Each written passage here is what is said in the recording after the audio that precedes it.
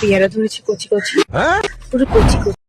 কচি পেয়ারা দেখেও যে মানুষ এমন করতে পারে আজকে প্রথম দেখলাম। আরে শশা গাজর এসব হলে একটা অন্যরকম ব্যাপার ছিল, জানি না জানবি আর কি করে। কচি পেয়ারা দেখেও তো তোদের মনে ইচ্ছে জাগছে। তুমি কামের ফাঁদে পড়েছো। দেখো কি সুন্দর।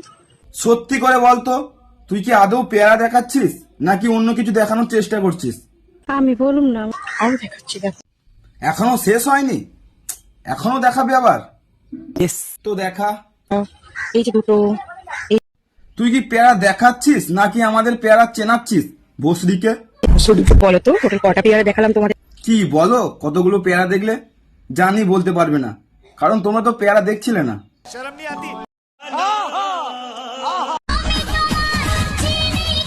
এদের দুজনকে ধরে একটু নাড়িয়ে দিতে পারলে না, এটা বড় উপকার হতো। যদি করতে পারো না দিদি, তার জন্য তোমাদের তো আগে নড়াচড়া শিখতে হবে ভাই। তোদের কি সব কটার বেবি একজনই? বলুম না। তবে কি আর করা যাবে, তবে একটা গাড়িতে সবাই মিলে ওঠ।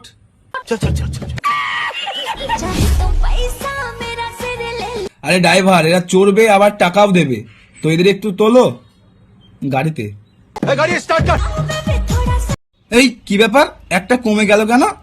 কেউ জেনে বলো তো কি ব্যাপার? তবে একটা কি গাড়িতে উঠে গেল? সবাই বলে একটা যাওয়ার পর নাকি 10টা আসে, আর এইদিকে আমার একটা যাওয়ার পর পুরো বিশ্বাসটারই গাড় মারা গেছে। কি আরে বলুন। বিশ্বাসটারই গাড় মারা গেছে। ঠিক ওই জিনিসটা মারা যাবার পর যখন কেউ ছেড়ে চলে যায় তখন তো একটু খারাপ লাগবেই, এটা স্বাভাবিক ব্যাপার, যেটা তোমার হচ্ছে।